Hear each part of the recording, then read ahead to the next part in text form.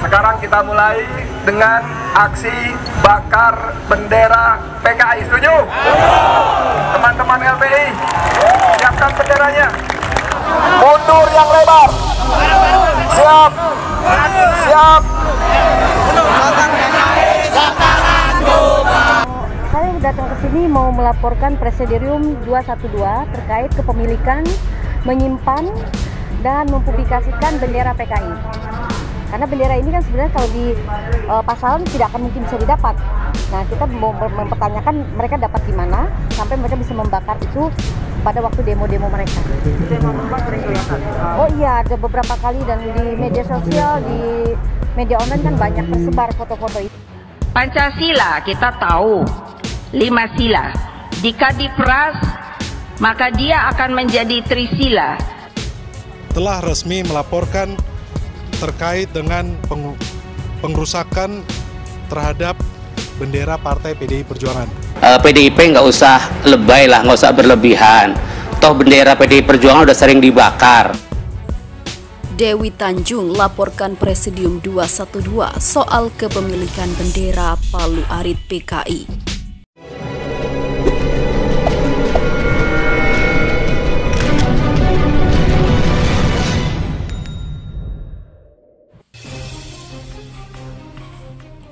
Politikus Partai Demokrasi Indonesia Perjuangan atau PDIP, Dewi Tanjung melaporkan Presidium 212 ke Polda Metro Jaya.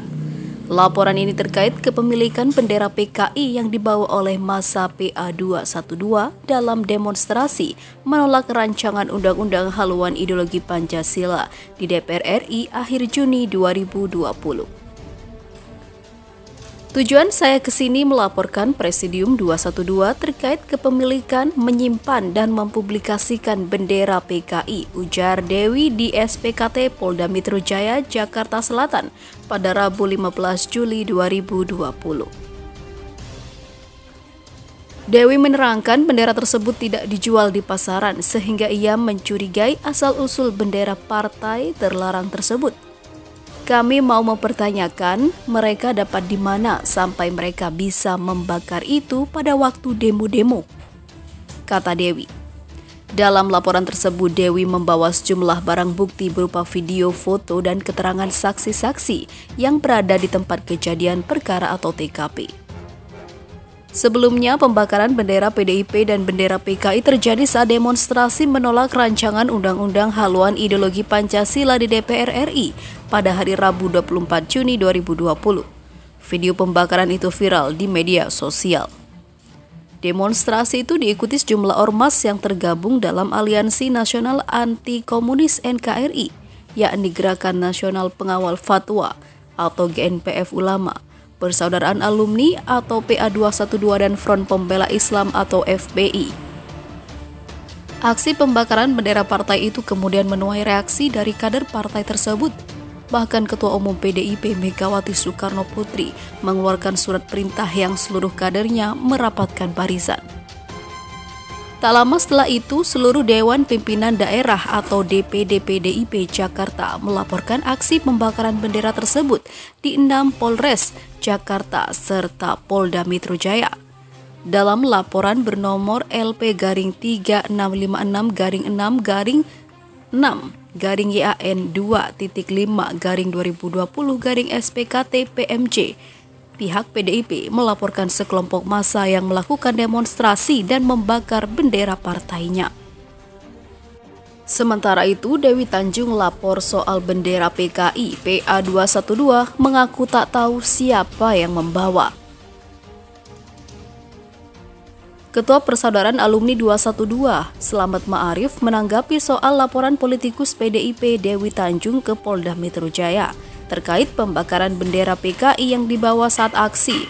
Slamet menyebut pihaknya tidak tahu soal pembawa bendera tersebut. Lah, aneh kita aja nggak tahu siapa yang bawa, kata Slamet saat dihubungi Rabu 15 Juli 2020. Slamet mengaku pihaknya juga tidak bertanggung jawab terhadap aksi yang berujung pembakaran bendera PKI tersebut. Menurutnya, aksi tersebut justru diadakan oleh Aliansi Nasional Anti Komunis atau Anak NKRI. yang mengadakan aksi anak NKRI. Ngawur, dia melaporkan Presidium 212. Siapa? Sangga Selamat. Sebelumnya diberitakan politikus PDIP Dewi Tanjung menyambangi Polda Metro Jaya siang. Dia datang untuk melaporkan Presidium Persaudaraan Alumni 212 terkait kepemilikan bendera PKI. Kesini melaporkan Presidium PA 212 terkait kepemilikan, menyimpan, dan mempublikasikan bendera PKI karena bendera ini kan sebenarnya kalau di pasaran tidak akan mungkin bisa didapat, kata Dewi kepada wartawan di Polda Metro Jaya, Jakarta Selatan pada hari Rabu 15 Juli 2020. Dewi mempertanyakan dari mana PA 212 bisa mendapatkan bendera PKI yang mereka bakar dalam aksinya yang lalu. Terlebih aksi serupa dengan membawa bendera PKI sering terjadi. Kita mau mempertanyakan mereka dapat di mana sampai mereka bisa membakar itu pada waktu demo-demo mereka, ujar Dewi Tanjung. Dalam pelaporan ini, Dewi hendak melaporkan Presidium PA 212 sebab, kata dia, Presidium bertanggung jawab atas aksi massa. Presidiumnya, karena kan mereka yang demo, tapi tentu ada korlapnya, ketuanya yang pasti akan kita minta pertanggungjawabkan. Kita pertanyakan dari mana mereka mendapat bendera PKI tersebut, ujar Dewi Tanjung. Hingga kini Dewi Tanjung masih berkonsultasi dengan penyidik Subdit Kamnek di Reskrimum Polda Metro Jaya.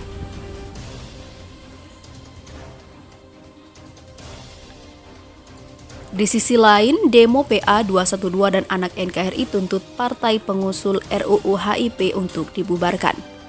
Aliansi Nasional Anti Komunis atau anak NKRI menuntut agar partai pengusul rancangan Undang-Undang Haluan Ideologi Pancasila atau RUU HIP dibubarkan. Ini akan menjadi poin yang akan disuarakan dalam demo menuntut penolakan dan pencabutan RUU HIP di depan gedung DPR MPR saat sidang paripurna Kamis 16 Juli 2020. Koordinator Aksi Aliansi Anti Komunisme dalam Gerakan 1607 Selamatkan NKRI dan Pancasila, Ferry Kustanto menyatakan pendemo akan kembali menuntut penghapusan RUU HIP. Ferry menuturkan para peserta aksi akan menuntut 3 poin dalam demo di depan DPR MPR saat sidang paripurna Kamis 16 Juli 2020. Pertama, mereka menuntut pencabutan RUU HIP. Kedua, menuntut pengusutan pengusul RUU HIP. Ketiga, bubarkan partai yang mengusul RUU HIP. Ini 3 tuntutan yang tidak berbeda, namun tetap kami kawal, kata Ferry sebagaimana dilihat reporter Tirto dari YouTube Front TV, Rabu 15 Juli 2020. Ferry berharap tritura tersebut bisa didengarkan oleh para anggota DPR sebab para anggota dewan dipilih oleh rakyat, apalagi gagasan penolakan rancangan Undang-Undang Haluan Ideologi Pancasila juga disuarakan oleh Majelis Ulama Indonesia dan ormas Islam besar lainnya.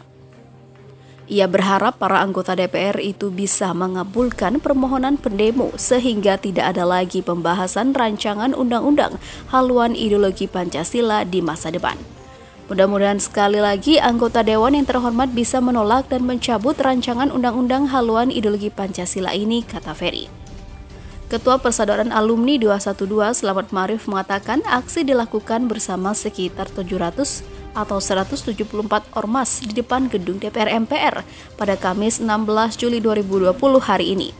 Aksi tersebut akan diikuti oleh juga PA 212, Laskar Pembela Islam, Gerakan Nasional Pengawal Fatwa Ulama, Forum Umat Islam, Bang Japar, Kokam hingga FKUB Bekasi.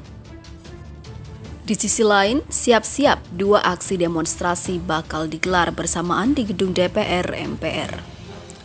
Polda Metro Jaya telah menerima surat pemberitahuan 2 aksi demonstrasi yang rencananya bakal digelar di depan gedung DPR MPR pada Kamis hari ini 16 Juli 2020. 2 aksi unjuk rasa tersebut yakni menuntut pencabutan rancangan Undang-Undang Haluan Ideologi Pancasila dan Program Legislasi Nasional dan penolakan terhadap rancangan Undang-Undang Omnibus Law Cipta Kerja atau RUU Ciptaker. Surat pemberitahuannya sudah masuk ke Polda Metro Jaya. Pemberitahuannya saja kita sudah menyurat ke Mabes Polri.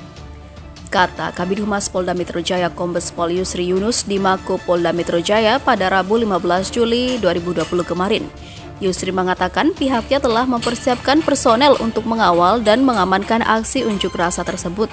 Kepolisian siap mengamankan dan kita siap untuk mengawal, ujarnya. Meski demikian, Yusri belum mengungkapkan jumlah personel yang akan diturunkan untuk mengawasi aksi tersebut.